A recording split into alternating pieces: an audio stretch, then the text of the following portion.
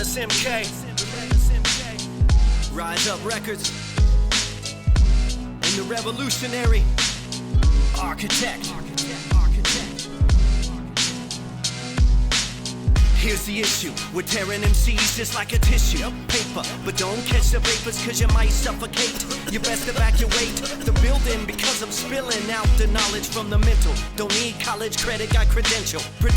Pieces of the rock, you know we got this joint locked. Cocked and ready, hold it steady. I'm cutting whack MCs like a man with a machete. I step into the cypher, these dudes can't decipher where I'm coming from, but they hear the bass from my war drum. They're like the Walking Dead, they're living for the flesh, but I'm living by the spirit, and the spirit's got me wrecked. I'm like a virus, I'm going viral. I have you spiral, out of control, you know you can't hold me down. I'm turning whack MCs around by the minute. Haha, relentless and architects in the building. This is real hip-hop, there ain't no singing. Ain't no junk on this bad boy, just us swinging.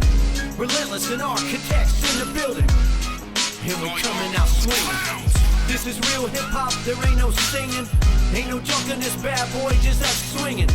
Relentless and architects in the building. Yeah, we coming out swinging. Run for cover, I'm bad with a notepad, a child of the most high. On a mic, I'm a grown man, the path is narrow, I know what I'm supposed to do. Many are called, but I fall with the chosen few.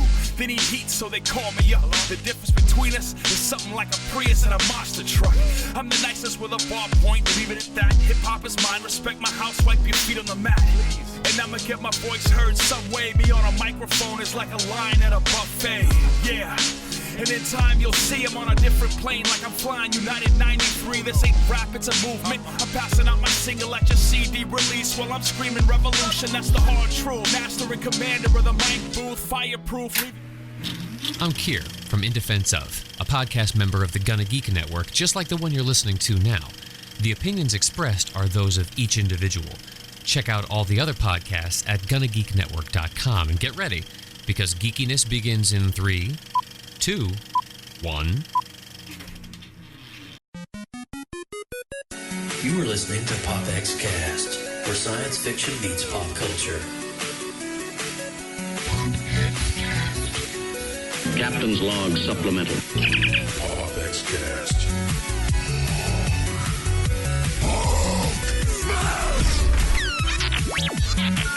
Hasta la vista, baby.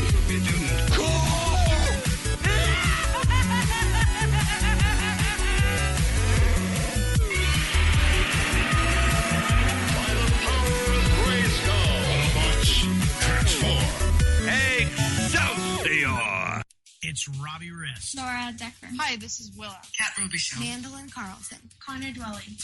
Next Big Thing Radio. NextBigThingRadio.net. This week's episode of Conversations is brought to you by Park to Park Travel Services. Visit parktoparktravel.com for all your concierge vacation needs. Now sit back, relax, and enjoy Conversations on NextBigThingRadio.net. Conversations on nextbigthingradio.net. Joining me tonight is special guest host. Mike had some family things he had to take care of tonight. Mr. Joe Burke. Joe, how you doing tonight, man? Hey, what's up, Brett? How's it going, dude?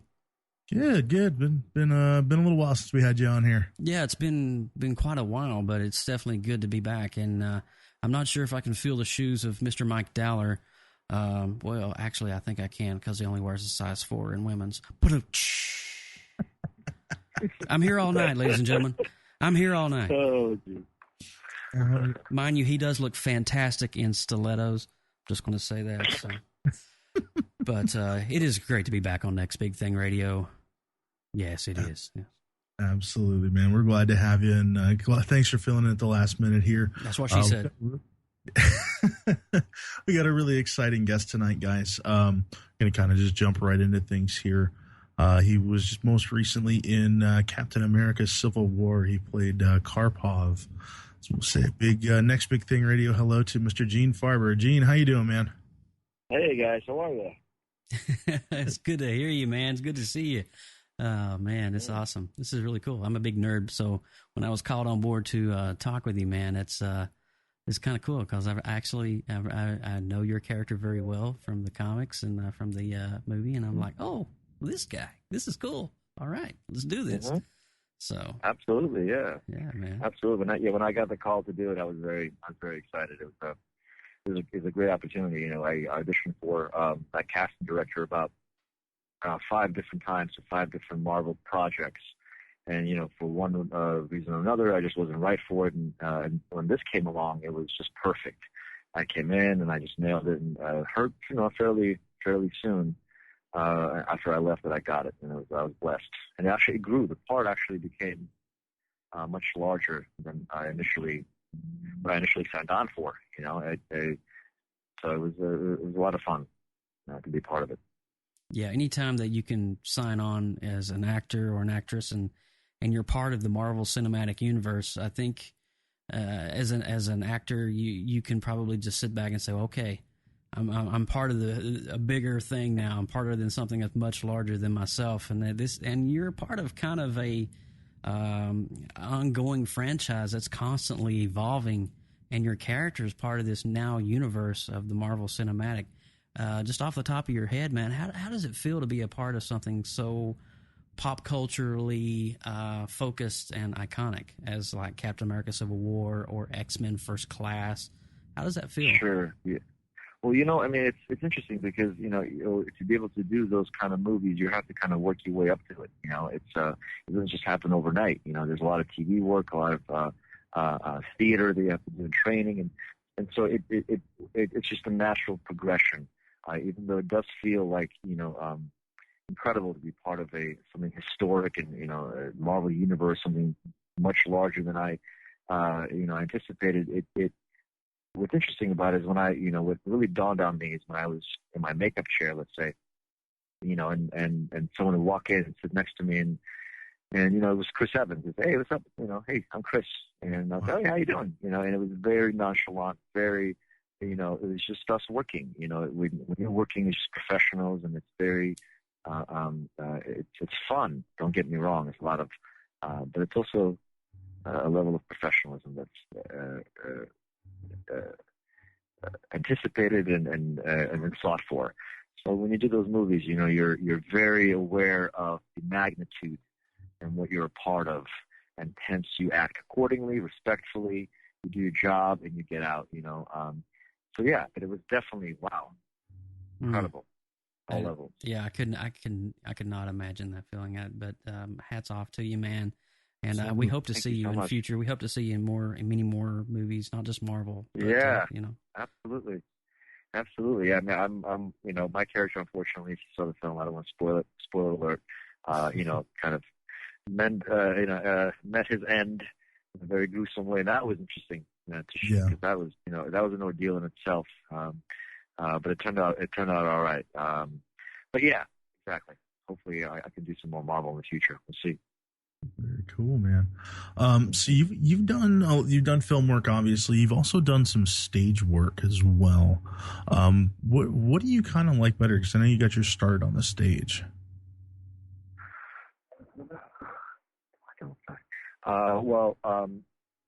I mean, stage is something I started out in. You know, it was something that's very theater of my heart. You know, I got my training in theater, and you know, it's what I did when I was in New York. You know, a lot of off Broadway, a lot of regional, and it was. But when I came to Los Angeles, I really came here. There's not much theater here. There's a different sort of a level, you know, and in order to survive and to work and get paid and eat, you can't really work and do theater in Los Angeles, unfortunately, and you know, and make a living.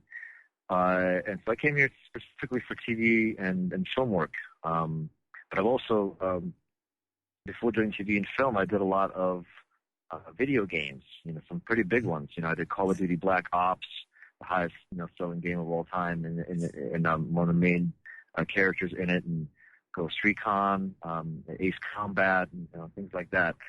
Killzone. So you know, those things are very theatrical in nature. You know, it's everything is performance capture, motion capture. You got dots all over you, and you're sort of in a theater atmosphere with cameras all over you, recording your every move. So that, you know, that was kind of fun to do, and that was.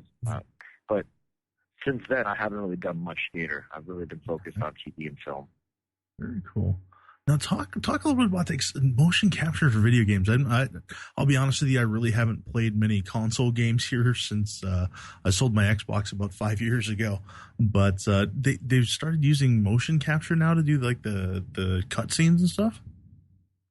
Well, yeah, I mean, video games are a little different from the PC games. Because on PC games, it's like Red Alert, where it's just talking heads and it's there's like a little story going on, but it's a movie. Whereas in motion capture, everything is animated. Everything is like an Avatar, for example, the film. Everything is. So our characters are based off of our specific body types, and it's our movements, our faces. They'll have dots on them. They record that, and then they superimpose whatever extra they need, a mustache or whatever. My eye gets cut out, so I have one eye on an eye patch. But yeah, it's essentially us, our likeness. So when you're in the video game, like, and you're actually being captured, do they give you certain commands and certain gestures that you have to repeat over and over so they can capture those movements into the computer? A little bit of, can you maybe elaborate? Yeah, there's a little bit of that. There's always something you end with, the buttons where you after every scene that you do. The scenes are basically they're scripted scenes, like a movie would be, and it's all action, it's all military based, it's all, trying to get the enemy, you're trying to accomplish some kind of mission or get some kind of a, ammunition or whatever. But after you do that, every scene ends with a button, and that button is basically you're standing there, every actor has to do certain physical movements that they record, that they have in their bank. But overall, what they use is what they've recorded scenes, and they animate that, and they feed that into the story. Can you give us a little bit of Mr. Weaver? Mr. Weaver, okay. Ready when you are. Enemy left window. Frag coming in. That's that so kind of awesome. stuff. I'm a huge Call of Duty fan, right, dude. I know exactly your role, and I remember the eye patch and the kind of the handlebar mustache that they gave you from the video game, and it's pretty cool, man. That's pretty awesome that they did that. Oh, thanks, man. Yeah, it's a lot of fun. I was very, very, very proud of that. Actually. Yeah, proud of that. But that's another franchise too. Just like Marvel Cinematic, you've also got this Call of Duty, which is a beast in the video game market and the console industry. And just like the films that you've been in, you've kind of found your way and dabbled into so many other mainstream video games, cinematic, theater. Is there something out there that fans may not know that you do, like music or any other arts or crafts or painting or anything that you do on the side? Well, no, I'm an avid rock climber. I rock climb, and I also I swim a lot. And I have a family. I have a wife. I have a daughter. So that takes up most of my time. I have a dog, a beautiful Australian cattle dog that needs exercise every day. So I take to the park. I'm an avid hiker. But yeah, it's I'm pretty normal in every regard except what I do. I act for a living, and and I'm very fortunate to do that. Honestly, I got to mention this, the fact that that I'm sort of blessed because I have a niche, and that niche is, I come from this former Soviet Union, right? So I speak Russian, and Russia is still is a very formidable adversary, and it's the bad guy, essentially. So that was my niche. That's kind of how a lot of the things that I do is, Eastern European bad guy. And the people say, well, aren't you afraid of being typecast? And I just want to say this to young actors or whoever's listening, that look, I'd rather be cast than typecast. Everybody's typecast. You can't get around it. Just do what you can, take what you can, and be humble in what you do. And every Russian guy is different. Every part that I play is different. They don't maybe have the same heritage, but one is Bosnian, one is Czech, one is Russian, and they all come from different places. And that's what I want to say. Every role is different. And I play. That's 60% of my bread and butter is playing Eastern Europeans. The other 40 is playing Americans. I could pull that off as well. But yeah, that's important to mention. That's pretty awesome that you said that to especially young aspiring actors. out there or actresses that's listening that, just basically own up to your role and your heritage and be who you are. And at the end of the day, that'll pay off more than somebody that you aren't. And so that's truly awesome. Exactly. Just be, you find out who you are. Really go from within, because you can't find it externally. You really, every role you approach, you have to come in from, how would I do this? You personally, what if, the magic if, and whatever you can't, think, whatever you can associate with, think up, use your imagination, riff. That's what acting is. You got to be an artist before you're a businessman. Don't worry about Instagram. Worry about your, what you're going to do in the room. I'm so glad you said that, because there's so many people that are so focused on their social media image more so than what their actual body of work is. And well, listen, don't get me wrong. I mean, social media is very, very, very important nowadays. It really is. It is how you connect with fans. That's important to have that connection. But I will say that, because of it, there's also the downside is that people seek to be celebrities and not artists, right? So you have to really, when you say you want to be an actor or an actress, do you want to be a celebrity or do you want to be an actor? Because there's a difference. Yes, sometimes being an actor, you become a celebrity. That's the byproduct. But not all actors are celebrities. Most actors, 90% of actors are, like myself. They're working actors. We're always hustling for the next gig. Nothing is guaranteed. Some of us have side jobs, that we do to survive, believe it or not. It's a hustle. It really, until you get to that A level where everything's offered to you, when you're doing it, it's great. But when you're not, you're looking for the next opportunity. So that's what I'll say. And you're definitely not the first one that's come on that's said that. We've had quite a number of young actors on here over the years. And then we also had we've had Robbie Rist on a few times. I don't know if you know who that is. I don't actually. He was the voice of Michelangelo in the original Teenage Mutant Ninja Turtle movies. Oh, nice. Yeah, the original ones. I love those. Oh, and he's awesome guy. And he does a lot of voiceover work. He does a lot of he's actually got a band that he tours with overseas a lot. And then he does like little shows and gigs around LA that are just awesome, and they're great to go check out. But that's how he makes, when he's in between projects, he plays gigs for money. Right. Exactly. It's people think that once you do one or two, you're set, and that's not how it works. That's the glamour of Hollywood. When you see the behind the scenes, you realize that 90% of actors are working actors. It's and the visuals, yes, they pay, but they don't pay like they used to, and it's a different game. It's a different game entirely. But having said that, Instagram, people become celebrities overnight. They have 1 million followers. They get sponsored. They have offers. You confuse that with being an actor, or being an artist. You're not necessarily an artist. You're, but there are artists on social media. Don't get me wrong, but it's important to really take the art seriously. The art is where it lies. Approach every role fresh and new, and you don't know what's going to happen, and it's a blank canvas, and you have an opportunity to impress and to perform and to make somebody connect with you, make them feel, and then once you change the chemistry in the room, when you're in the audition room, once you feel like something happened and you leave, that's when you know that you made an impact. But then you get the role, hopefully. Yeah. And I was looking over some of your, you've been, like you said, very blessed to have a lot of different roles and a lot of different venues. I was looking over, like, you've been on 24, and you've been on Mistresses and Perception and Persons of Interest and CSI Las Vegas. But you got your start in 2004 on Law & Order. Now, looking back at the television roles versus your cinematic roles, what are, for you, like, in terms of like workload, what is the difference between the two, or is it kind of the same? Well, it's a lot more similar now than it used to be.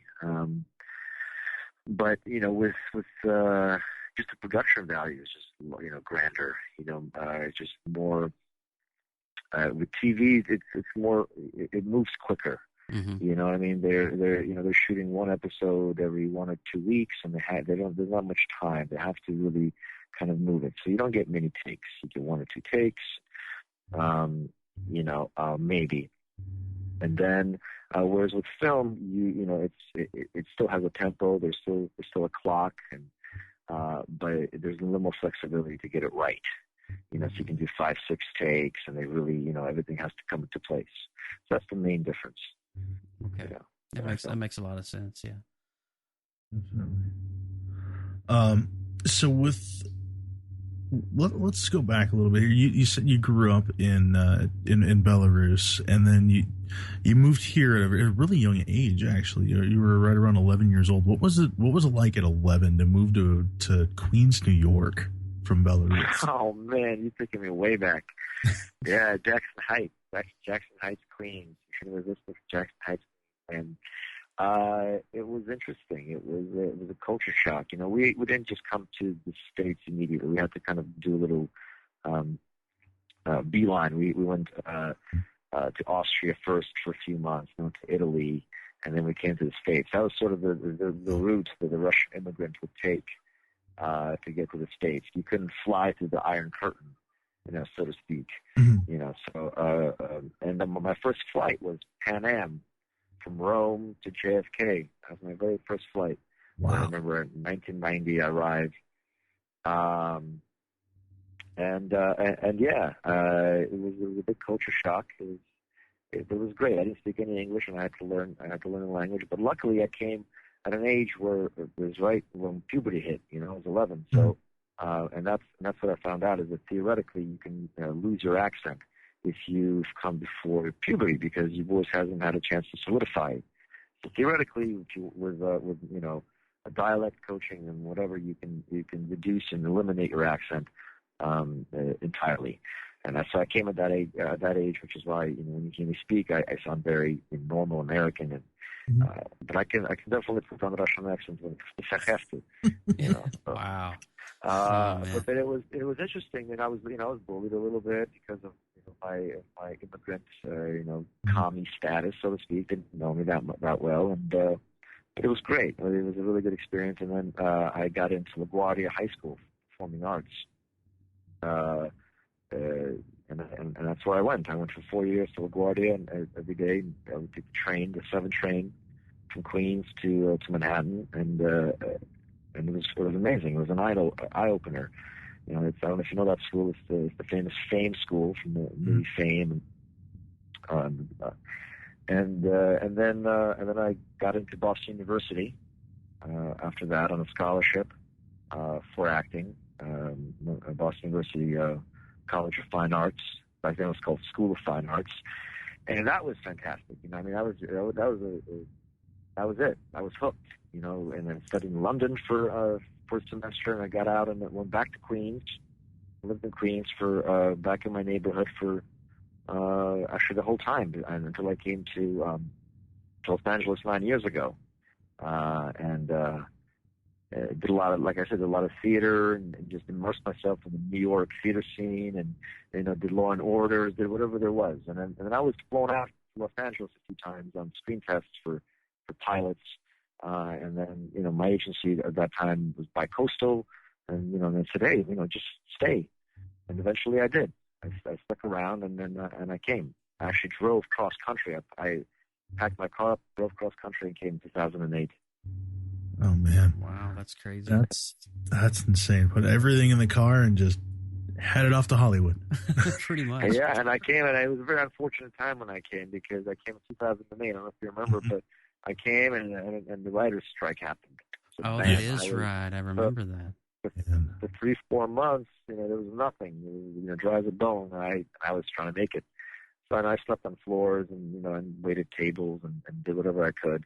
And then I was lucky to get Call of Duty, and then I got a show called Virtuality. It was a pilot, two-hour pilot that Peter Berg directed, and it was fantastic. But unfortunately, our air date coincided with Michael Jackson's death. Nobody was watching our show, and then it kind of got buried after that. But it was after that, it was, my career kind of took off gradually. A lot of guest stars and occurring and all that stuff. But yeah, and here we are. You're still very essentially pretty young, though. I mean, you were born in 1978, so you're almost my age. I was born in 79. And I was just thinking, you were talking about, being part of the Boston School of Arts and all that, and how you was on, done some stage productions in and around Boston and Baltimore area. Did you? I just got to throw this out there just because I know a theater company. I used to work for a theater company, and Brett knows exactly where I'm going with this. Did you ever audition or try to audition or think about auditioning for the Blue Man Group in Boston? Man, that's interesting you say that. Well, have I thought about it? I mean, of course I did. And actually, a classmate of ours auditioned and got in. Oh man, what's his name? Rube. Eric Rube. I know Eric Rube. Eric Rube. Thank you very much. Oh man, yeah. Eric Rube is down here in Orlando now. Oh, is that right? Yeah. Okay, He transferred. Good, I just met him I just saw him 2 days ago. Yeah, but Universal Studios is crazy. And he's doing Blue Man, right? Yeah, he's still doing Blue Man. God bless his heart. He's been doing it almost 20 years now. So that's it. He started out. I remember him because we used to be roommates in Boston for a little brief while. He got it because at that time I remember him getting. He was so excited, and that's why it's crazy you mentioned that. And I was I'm not Eric Rube when it comes to my drumming skills or finding skills. So I kind of thought about it for a sec, but I didn't take it too seriously. But it's amazing you bring it up. Wow. That is crazy. That's a weird connection. And, I get to see him in a week and a half because the missus and I are going to go see a show again. And if he's be sure to mention your name. Hey, by the way, do you know Gene? You know Gene. Gene Farber, from Boston University. You should totally say that. Oh my God, he's gonna flip his mind. He'll be like, wow. All right, seriously, what kind of Kool-Aid did you just drink? So that is playing this podcast. But yeah, I used to work for Blue Man Group out of New York, and so I have a lot of thick history. And I know that the Charles Playhouse is in Boston. So I was just curious if there was any sort of connection there, and lo and behold, there was. Wow. Yeah, that's interesting. Wow. Good old 6 degrees of separation there, man. That's it, baby. Oh my gosh. That's fantastic. No, actually, that's how Joe and I met, was through the Blue Man Group fan community. Have you ever actually seen a show? I've never seen the show, believe it or not. I'd love to get tickets. If you get me tickets, guys, here in Los Angeles area, for me, my family, and my daughter, oh my God, I'll be forever grateful. I might be able to swing that if you're in Las Vegas. I'm going to be in Las Vegas. I'm going to be in Vegas, let's see, October the 8th through the 16th. I'll be out there at the new Luxor show. If you really are sincere, I might be able to put in a word for you for one of those nights, and maybe we can all see a show together. Unfortunately, I'm going to be in New York at that time. Okay. Yeah, I'm going to go to a wedding, a friend's wedding. But yeah, but you know what though? But I have to see it. The deal's on the table though. If you want to go, I can put your name in. I can get your contact information through Brett. We can make that happen for you, dude. Awesome. Thank you. Yeah. I'd love to see it. Yeah, we'll make it happen for you. The connections get made on this show, man. I'm telling you, dude. It's like the NBC. The more you know. But anyway. That's right. Oh man. Oh, that's awesome, man. Well, cool. So you kind of touched a little bit on your college and high school experience there. You actually had you graduated with from high school with the first level prize for excellence in the arts, and that's how you went. That was the scholarship you were talking about, right? Wow, you did your research. That's pretty good. Yeah. Well, no, when I was in high school, there's this competition the senior year for all the seniors in the United States and Puerto Rico and Hawaii. I think seen some foreign ones that it's called the National Foundation for the Advancement in the Arts. Mm-hmm. Okay, and they hold this Arts Week in Miami, where it's not a week; it's more like 2 weeks, and it's in every category: it's art, photography, dance, acting, poetry. And so I got in. I was one of the finalists. I applied, and I was one of them for my school from LaGuardia that year that went. And then you compete there. You compete for first through fifth prize, level. And then I ended up winning top prize with that too. And that was kind of that really helped a lot, financially, and helped me go to Boston University. It was that prize, but also BU. The school itself gave me a pretty nice scholarship, pretty nice ride. It was very affordable for me, to go there because of that. And then when I senior year, Boston University has this another award called the Kahn Award, also given to artists. It's called Career Entry Award. Kind of gives you a prize to enter into your career after graduation, and I was able to win that as well. I wasn't the only one, but I was one of the finalists, and I ended up winning top prize. So that helped me kind of get off my feet and start acting in New York and pursuing my dreams. So, yeah. Oh, absolutely. And we just want to kind of pause for a second for station identification. For you guys that are listening, you are listening to Next Big Thing Radio, nextbigthingradio.net. And we are having a show here called Conversations, and we're talking to Mr. Gene Farber, who has an amazing acting career. He's been in video games and in feature films such as X-Men First Class and Captain America Civil War. And he's got a lot of exciting new projects coming out. And speaking of new projects, can you talk a little bit about some of the ones that you got coming out? I was looking on IMDb. You got One Under the Sun co-starring. Is that right? Mm-hmm. So what's that? That's right. Yeah, One Under the Sun. Oh, that's a really fun project. One Under the Sun is a film that I did about a mission to Mars. It's a psychological thriller. But it's starring Pooja Batra, who is a fantastic actress. It's actually Miss India in 1992, something like that. And fantastic Bollywood actress and Hollywood actress, as well as some other incredible artists and actors. And it takes place in the future. I can't really divulge too much because I don't want to give away and spoil anything. But it's about what will be a day without war. It's a mission to Mars that kind of goes awry, and there's one survivor, but she's got a huge message to deliver, and that survivor is my wife. I play Pooja's husband and our daughter, played by Ava Cantrell. She's actually also an incredible actress. She's a star of Lights Out. That's a horror film that came out. You can follow her. Ava plays my daughter in the film, and it's a really emotional story. She's dying. She's of cancer, terminally ill. Our wife is an astronaut, goes to space, and it should be coming out. It came out in festivals. It should be coming out soon. Awesome. There's another film that I did with actually called The Body Tree. That was something that I'm also very proud of. It's coming out soon as well.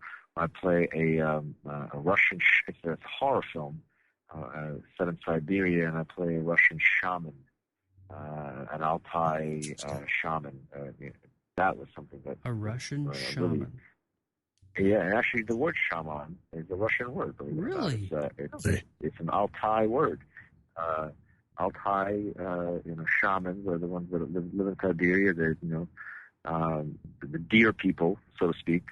It was really incredible to delve into that history, and that culture's coming back strong. It's pre-Christian, very pagan, culture, and that's where the word shaman comes from. Isn't that the originators of the Tugan throat singing? Is it the throat singers? Right. That's exactly right. Look at that! I made a connection. Yeah, there we go. That's right.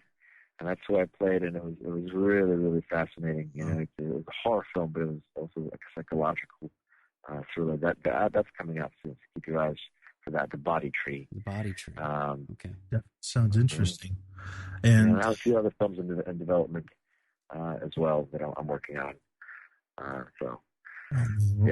We're definitely excited for those ones. I know we had actually had Ava Cantrell on a couple of weeks ago.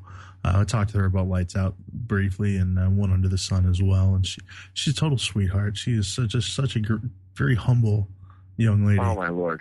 Oh, I love Ava. Ava's fantastic. Yeah, she really is. I mean, she's a kindred spirit. She's so talented at such an age. Mm-hmm. You know, I'm very, very honored to have worked with her. So, because you keep your eye out for Ava. She's gonna be a huge star in the future. You watch. Oh, absolutely, man. I'm with you on that. So I know a lot of people don't like to go watch themselves on film or in TV shows or anything. Have you found yourself just stumbling upon something that you were in and actually changed the channel because you were in it, or do you actually enjoy going back and watching your performance? You know, I'm the kind of actor that learns by watching myself. I know that sounds maybe counterintuitive. It's not good to watch yourself when you're doing it, but when you're done doing it, I don't see a problem with it. You know, some actors don't like to do it because their work is done. They're on to the next, and that's the healthy way to kind of approach it. Don't rest on your laurels. What's the point of watching it? The whole point is the experience of doing it. Mm-hmm. You know, the watching it is for the spectator. You know, but I like to watch it to learn from it. That's how I started out watching myself, and because it's I come from the theater tradition. You know, acting is a little bigger, it's a little more theatrical, so to speak. Right. You know, it's a little more intimate, a little smaller, not less, but just a little more, just more focused in TV and film. Mm-hmm. And as an actor, you have to really kind of gauge that difference. You have to know what your audience is, what they see. If it's a close-up, if it's an extreme close-up, if it's a three-quarter shot, you have to know that. And so that's why I like to watch myself. I have no problem with that. I learn a lot. You know, sometimes I watch myself from 15, 20 years ago, and that I cringe because I see that I'm just playing at it, so to speak. Some of the earlier maybe Law and Order episodes I'm not too fond of, but there, it was a very, very good learning experience. To kind of go through that and say, oh wow, yowza, tone it down a bit. You speak volumes with not saying much. But so yes, in that regard, I think it's beneficial. But then again, I don't know if I'd recommend it for all actors. Yeah, fair enough. So we've talked about video games, we've talked about television, we've talked about movies. And if anyone, basically the whole purpose of Next Big Thing is to kind of just have a generalized conversation with the people that are in the industry. If there's anybody out there that's listening, an actor or an actress or somebody aspiring to be in the industry, what kind of advice can you give them to kind of coach them along? What is the one thing that you have learned in your many years of acting and experience that you could maybe, like a tidbit, you could pass along to someone else? Keep a level head. Keep a level head about it. It's an art, and you're passionate about it. And it's good. It's good to have that. It's good to be an artist. But there's a lot of ups and downs. No matter, and you have to really be ready for it. You got to have a thick skin. You can't take things personally, and you have to let things go.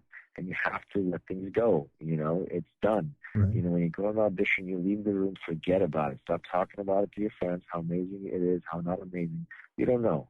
And that's hard. It's hard to do because you invest in let's say in the auditions, you invest in the roles. But so have a life outside of the art. Have that feed the art. Have somewhere else you have to go. That's going to make the acting better. That's going to make it urgent. And so that's what I'll say. Have strong hobbies. Have family that the people you like spending time with outside of acting. There's nothing more boring for me than hanging out with all the all actors. Right. Everybody's dropping names. Everybody's talking about how they're working with somebody and they're working on. It's boring. I mean, come on. And that's what I'll say. Get out of. Step off the stage. Sometimes. There you have it, folks. Step off the stage. All right. So we've got some kind of little funner questions I'd like to ask, since we did kind of delved into some more serious stuff here. What's the biggest flub you've ever made on camera? Biggest flub? Interesting.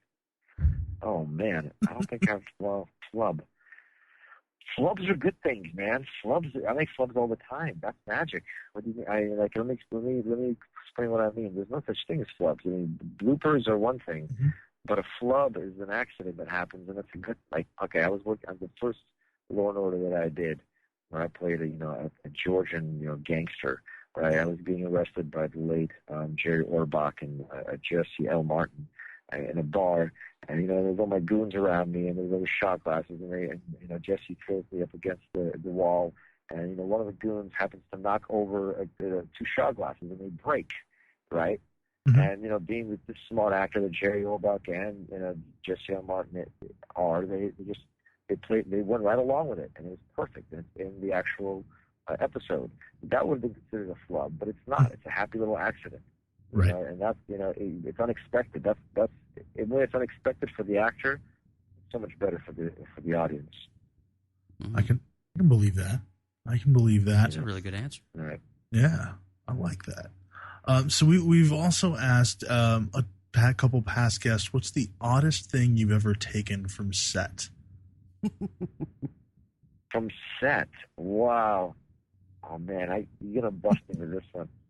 Well, it's not odd. It's just you did say we can go anywhere, Gene. You did. It's not odd. It's just that I always take it, and if anybody's listening to production now, they know. I always take socks. Like, come on, like really? If I'm gonna wear it, they always give you socks, and you wear socks. I'm not gonna put socks back. I'm gonna take them. It's not odd. It's just that's part of the job, right? Hey, it's smart, man. Don't have to buy socks. Take the socks, and that's not stealing. I wore a sweater them in. My socks. There you go. It has my DNA in it. I mean, after all, they are right. my socks. It's not like I'm going to wash them and give them to Chris Evans or anything. It's my socks. Well, ironically, they don't give you new socks. Ironically, somebody else probably wore them before you did, and they just washed them. Oh, so I keep them. Glorious. Glorious. Yeah. Well, I was hoping that you would say, well, I stole a web shooter or picked up a Captain America shield and just kind of snuck it to the back door. But that's okay. We'll take socks any day. Right, exactly. Socks are fine. Yeah. I'm socks. Or at least the red beret from Karpov. I mean, that would be right. Yeah, that's right. I really wanted that beret. It's all right. It's okay. I did get some nice strike. I got some nice T-shirts that on set only crew got. And I did get a couple of what do you call it, dog tags. Oh, Captain America, like cool. in the production details. Very cool. Yeah. That's rad. That's awesome. So we had one of the stories Mike loves to tell, and he didn't tell me this for the first 3 years. I did 2 or 3 years I knew him. His wife is of short stature. She played an Ewok in Return of the Jedi, and she still has the underwear that she wore under the Ewok suit. Oh my God! So you're not the only one that takes underwear from the set. Wow, I can really roll in so many directions with that information. Oh, Brett, you should not have told me that because. All right, so I got to send a message to Mike Dowler and ask for the Ewok underwear. That is so bizarre, Brett. Thank you. That's good. It definitely is. I was like, well, that's kind of cool, but weird. Right, weird at the same time. Underwear. Yeah, from the 70s. I guess they're in style now again. I guess I don't know. I know, right? It's probably still one piece. It's a big rate. Ewok undies hashtag. Yeah, there you go. Sorry, you shouldn't have told me that, Brett. Oh my God! I apologize if you're listening, Mike. I can't apologize. I'm from Kentucky. I just have to say, God bless your little heart. Geez. We're coming up on the end here, Gene. We do definitely appreciate you spending about 45 minutes here with us tonight. Do you have any charities you want to promote? Any upcoming projects you want to promote? We kind of give the guests the last word, so to speak. Sure. I mean, the Animal Project, something I'm passionate about. It's a animal rescue organization. You can always check it out online. The Animal Project. And yeah, I just want to thank you for your time, and the opportunity to kind of tell my story, and hopefully help some budding artists get inspired, along the way. Awesome, man. Well, thank you so much for taking time and just hanging with us. We certainly do appreciate it, and we look forward to your next role on the silver screen. Absolutely. Thank you so much, guys. Thanks. You too, Gene. Thanks. Take care. Wow, that was awesome, man. Folks, that was Gene Farber. I want to thank him for joining us, and do want to give a quick shout out to our sponsor, Park to Park Travel Services, guys. I want to thank Park to Park Travel. ParkToParkTravel.com is our sponsor, guys. Go ahead and check them out for all your vacation planning needs. Whether you're doing a Orlando theme park trip, you're planning a trip out to the national parks to celebrate their 100th year anniversary, or you just want to go check out Disneyland for the tail end of the 60th anniversary celebration, give them a ring, drop them a line. Again, it's ParkToParkTravel.com. You can also email them, ParkToParkTravel@gmail.com. That's it for us, guys. Joe, again, thank you so much for joining us, and we will see you all in a couple weeks. Thanks, Brad. See you next time, dude. From everyone here at PopXcast, thank you so much for listening. Be sure to give us a 5-star rating on iTunes, and don't forget to subscribe for more great content. Follow us on Twitter, Instagram, Facebook, and YouTube, all at PopXcast. Get your geek on, all at PopXcast.